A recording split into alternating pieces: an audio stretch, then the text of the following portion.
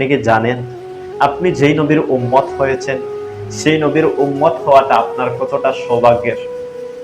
অনেক নবী আম্বিয়ায়ে কেরামগণ সেই নবী মুহাম্মদ মুস্তাফা সাল্লাল্লাহু আলাইহি ওয়াসাল্লামের উম্মত হওয়ার জন্য কত কান্না করেছেন, কিন্তু সৃষ্টিকর্তা নবীদেরকে আল্লাহর হাবিবের উম্মত বানান নাই। আপনাকে আমাকে না চাওয়াতেই আল্লাহ পাক রব্বুল আলামিন তার প্রিয় হাবিবের উম্মত বানালেন। এতে কি আমরা শুকরিয়া আদায় করতে পারি না?